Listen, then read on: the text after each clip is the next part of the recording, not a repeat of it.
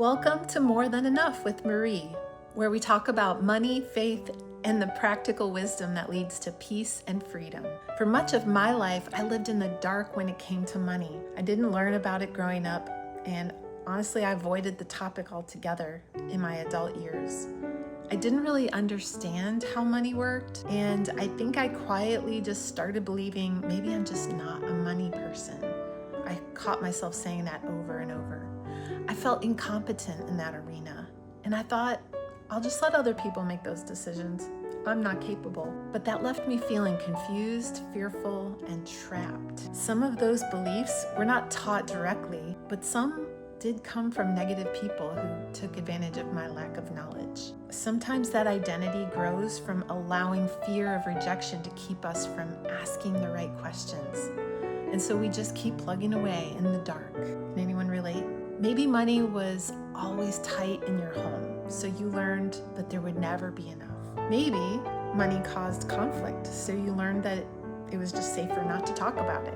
Maybe someone else always handled the finances, so you began to believe you were not capable of understanding them. Or maybe your family placed a lot of importance on appearances, and so you learned to connect success with what people could see and what you could buy. We all have a money story, and whether we realize it or not, that story can still be influencing how we earn, spend, save, give, and make decisions today. Romans 12:2 says, "Don't copy the behavior and customs of this world, but let God transform you into a new person by changing the way you think." God doesn't only want to change what we do with money, He wants to transform the way we think about it. One of the most freeing things I've learned is that not knowing something does not mean that I'm incapable of learning it. I wasn't bad at money, I simply had not been taught.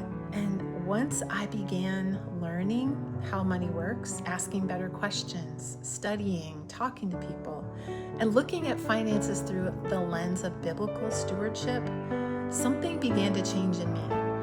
Knowledge brought clarity, and clarity that began replacing fear, which was so freeing.